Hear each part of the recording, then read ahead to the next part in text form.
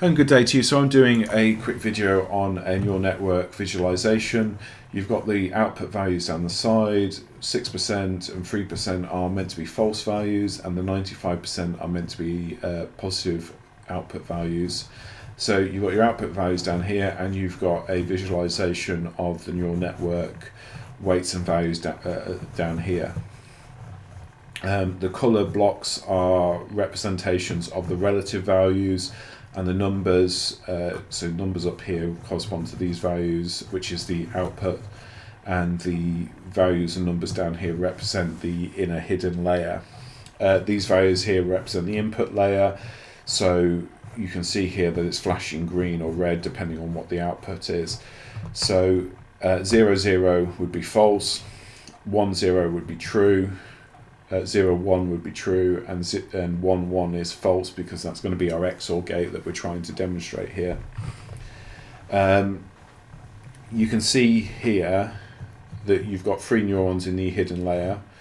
1 neuron will always output into this single neuron, split up into 3 weights because there's 3 neurons below it. The 3 weights, one of them is big and green, and this correlates to the 13.4 value here. So you can sort of see there's this nice clear channel. If either of these neurons as an input fires and is green, the input fires along here, and you get a nice big output down here. Now if you fire along either of these, because only one of these is lit but not both, the output might trigger one of these minus 9.46, but it won't trigger both. And unless you trigger both, you're not going to wipe out the full value of this 13.4, and you can sort of see why you then get a XOR function where where the numbers sort of cancel each other out across the network.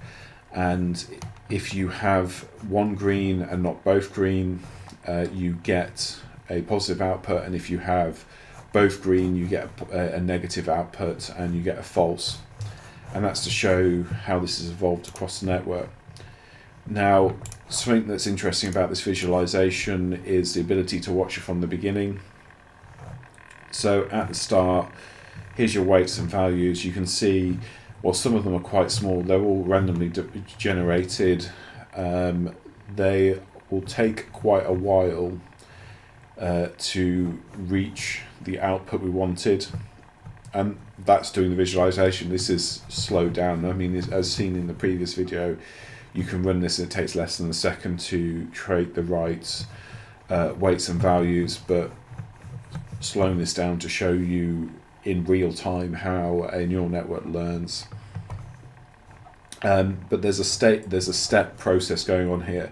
One of the weights will hit into a negative value on the top layer, and over a very, very long time, eventually 2 values will end up being negative, and then as that occurs, you'll then get it'll be backwards propagated into this inner hidden layer, and that's what will cause the XOR gate to sort of develop, and the sort of function that we want out of this neural network to come into place. Now, this is the clever thing about neural networks. It's the ability to learn that rather than be told it. So as you can see here, just watching it as a visualization, you sort of see the development over time as it learns to forecast these 4 values better. You can see here this is actually going up at this time. That's a false, that's wrong, but because of the way the weights are set up, any increase of these 2 leads naturally to an increase of the evaluation of this. So what this neural network will do is go through multiple transformations. First, it finds a good value for one of the top layer output weights as a negative number, which will cancel out the larger value, and then the other weight will be pushed into a negative value, and these hidden values, these inner core of the neural network will largely stay the same. They'll go up and down over time, but it'll only be once the network's gone through its first transformation and its second transformation of setting up the output neurons' weights properly, will it get to the point where it starts really weighting this. And you can see this flash red, but you can see, because these are relative bars, it's a big red block. So it's a negative number, but the range between the top value and the bottom value is such that this is still in the middle.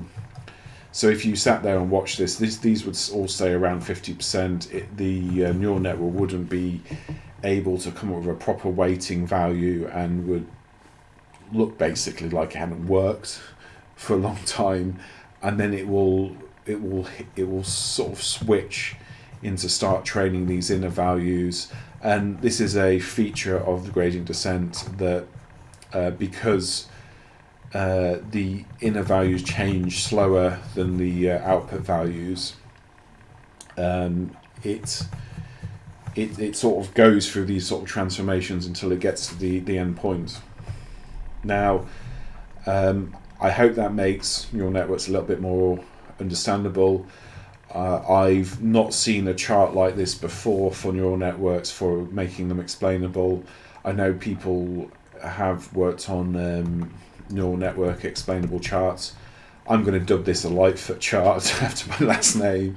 But if anybody's aware of somebody doing something similar, I'd quite like to know, because I'd like to know how to formally visualize neural networks' internal structure a bit better. I've kind of come up with this on my own as a method for making explainable. And if you've never been exposed to the idea before, I hope this makes it easier and it makes sense. So thank you, have a good day, bye.